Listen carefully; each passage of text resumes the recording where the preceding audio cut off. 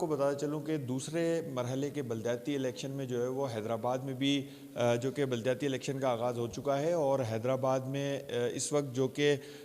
इंतखाबी जो मरहला है वो स्टार्ट हो चुका है, लेकिन मुख्तलिफ़ इलाक़ों में ताहल जो है वो अभी तक वोटर्स की तादाद जो है वो कम देखने में आ रही है। इस वक्त जो कि हम यूसी 27 के हलके में मौजूद हैं और यहाँ पर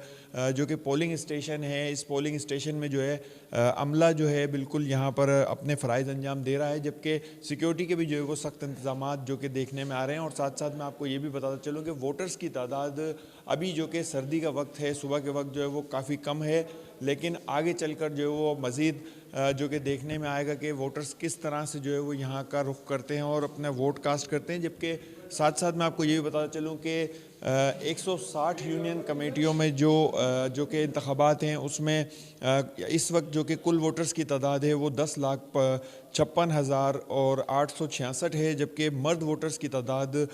5,76,250 है, जिसमें ख़वातीन वोटर्स जो है वो 4,80,616 है। पोलिंग स्टेशंस की अगर बात करें तो पोलिंग स्टेशंस में जो है वो 736 पोलिंग स्टेशंस हैं, जिसमें 105 से ज़ायद जो है वो इंतहाई हसास हैं, जबकि 60 पोलिंग स्टेशंस जो है वो हसास जो है वो करार दी गई हैं।